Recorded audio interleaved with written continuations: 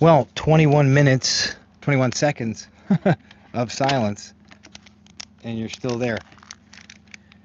Check 1, 2. All right, so,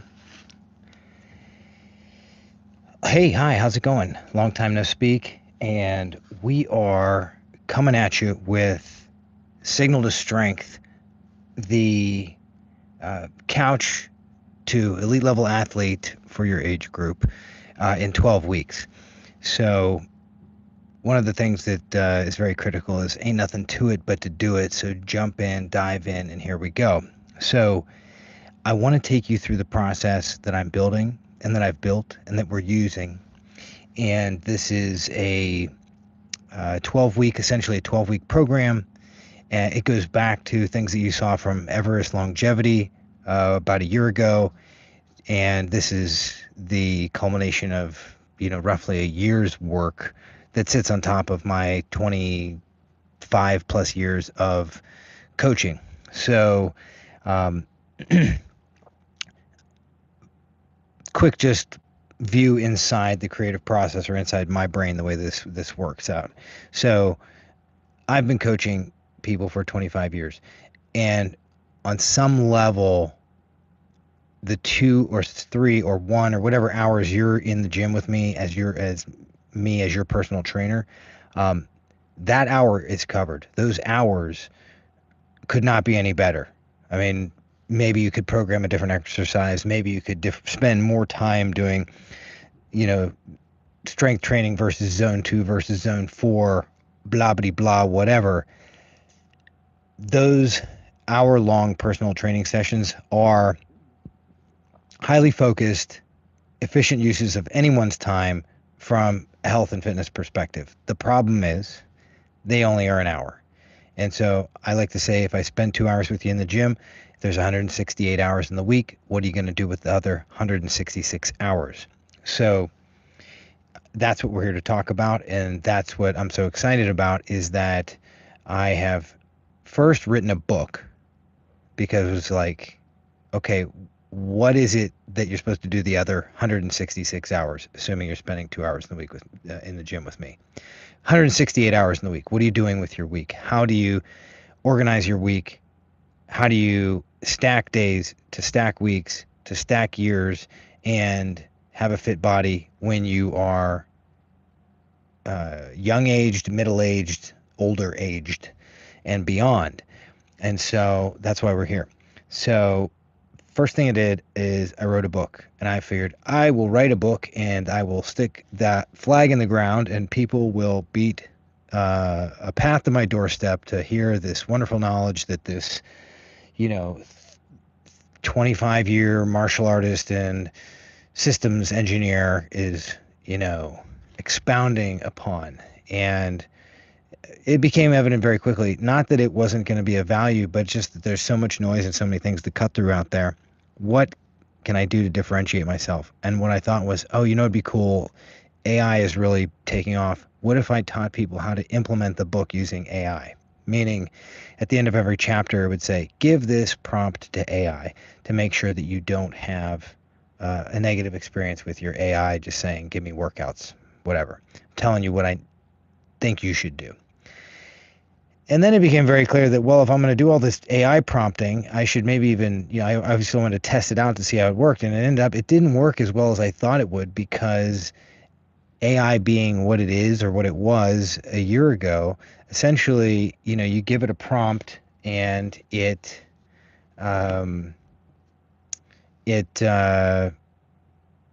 essentially adds a bunch of gobbledygook to it and tries to overthink things, and doesn't know enough about you. It might ask some history questions about, do you have any injuries or anything like that, but it doesn't really remember who you are. And so I wouldn't say my whole thing went poof up in smoke, but essentially what I was trying to create was a little bit more complicated than just simply giving prompts to AI. So fast forward up to here we are today. I have a dynamic, multi-dimensional app that I'm developing that essentially will do what I'm asking it to do, and that is provide you with 168 hours of training per week. And how will that be done in a way that is cordoned off so no one else can steal this or copy this idea. And I'm sure that there's plenty of people out there right now that are attempting the same thing. The difference is me. And that is that by using this app, you're going to be tapping into my training methods and the way that I believe things should be done. And beyond that, there will be multi-tiers within the app that allow you to work more closely with me and have more direct contact with me. So there will be a live person involved with this on some level. And yes, I want to be able to scale this and have tens of thousands or hundreds of thousands of people on this app. That would be crazy and amazing. But at the end of the day, I want it to work and I want it to be able to deliver some value to people. And so there is this idea of maybe having cohorts of people that come in and use the app in conjunction with my coaching, and we can make a really impactful and positive experience. So that being said, and I could probably cut the video right there and say, hey, we did it, and that's that. Stratus Performance Lab. You're not going to find it yet. I haven't released it yet. But what I want to do is, this is where I want to, give you a little value, give you the extra goodness. And that is, I want to talk to you about exactly what you need to do today in order to start putting things into motion, to take your fitness from wherever it is now to an elite level in 12 weeks for your age group. That being said, you will not be an elite level athlete for your age group in 12 weeks. That is not enough time for your body to adapt, especially if you're sedentary or deconditioned. However, you will know the pieces and you will be putting the foundation in place that will allow you, if you continue to add onto that, because it's cumulative effects. I'm not going to give you stuff that'll work for 12 weeks and then won't work for the next 1,200 years. That's the point, is you start putting the principles into place, you start putting these things into practice, and you get results, and then they compound. So phase 1, turn 1, and what I think we've established is that we're going to do turns. We're turning a screw. We're turning up the volume. We are spiraling up a staircase. We're taking turns. We're making changes. We are just turning a little bit, steering the ship off of the rocks. So turn 1, the first little adjustment that we are going to make is establish a baseline. And that is a mindset pillar. It has to do with your identity. And we're trying to establish awareness. All right. So the core message, you cannot navigate towards ideal without knowing where you are today. So if we don't establish baselines, and that's as simple as stepping on a scale, looking at the number of hours you sleep every night, looking at how many ounces of water you drink every day, how many days a week do you consume alcohol, how many grams of protein do you get in every day? Okay, so you can see there's a lot of things that we can use as baselines. What is your grip strength? How much can you deadlift? How much can you bench? How much can you bend over row, et cetera, et cetera, et cetera. And the app and my coaching will help you navigate this. So what I want to leave you with today, step 1, is think about your ideal. Okay, what is the ideal? What does that look like? And for somebody that isn't in shape, that ideal is probably more fantastical than it needs to be.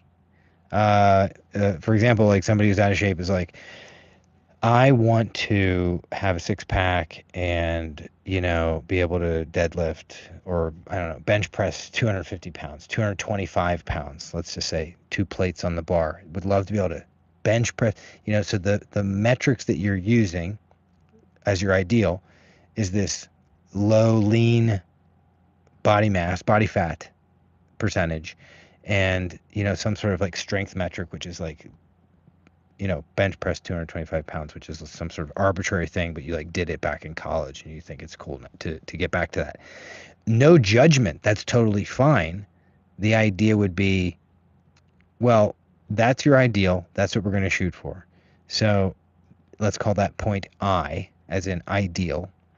And then between where we are, point A, establishing baselines, we need to then go through B, C, D, E, F, G, H before we get to I. So the idea would be establish point A today, and then find out what point B is. Point B would be, just to use water, step count, and sleep would be 20 to 30 more minutes of sleep than you're getting currently if you're not getting 7-8 hours, or a more consistent bedtime. Hydration, there's a lot of numbers out there that get thrown around. I would say, are you getting 64 in minimum? 64. Anything below that is suboptimal and isn't going to give you the support that you need from a hydration perspective. So we'd want to get that up. And then from a steps perspective, whether you have a health tracker or not, your phone probably is tracking your steps. And if you don't have anything tracking your steps, then let's have that conversation and find something that can start finding baselines. But, ultimately, we look at your step count, and let's say your step count is 5,000 steps a day, 5,222 steps a day. That's your average. Well, what we want to do is we want to take the average and make that the new minimum, the new floor. So you got to find a way to get 5,222 steps in before noon every day. And if you don't, then you need to find a way to get it in before, dinner time. And then that way, any steps on top of that will be gravy, icing on the cake, and you will create a new high normal or a new baseline. Your new average is going to be something more than that 5,222. Anyway, I want you to acknowledge that you're at a point A today and get some of those numbers. So it's weight on the scale, whatever, steps, if your phone's tracking those, find out what those averages are, and then look at how many hours of sleep you get every night, and go to bed 30 minutes earlier, drink an additional, drink 32 ounces of water before noon, and get your average number of steps in as your minimum before noon. This is all very rudimentary, and if you're British, I suppose. It's all basic stuff. It's all very straightforward. The complexity lies in how you layer this and how it interacts with your strength training and exercise. So take what I said with a grain of salt. We have 34 turns, 34 chapters in this book that we're going to go through. I'm going to try to get through them as fast as I can because it's all about reps. It is all about reps. And, essentially I'm preaching from my Bible when I do this. And by going, again, turns, spiraling upward, turn 1 through 34, 37, whatever. From the beginning of the book to the end of the book, we work our way up. And then we start over at the beginning again, and we keep working our way up higher. And so as we do this, what you'll find is there also will be, revisiting those baselines. Get to the end of the 12 weeks, you're going to want to look at your base. As a matter of fact, halfway through, we look at the baselines again. So I hope this was helpful. I'm going to sign off, and we'll see if even any of this technology picked up and broadcasted what I wanted it to do. Thank you so much.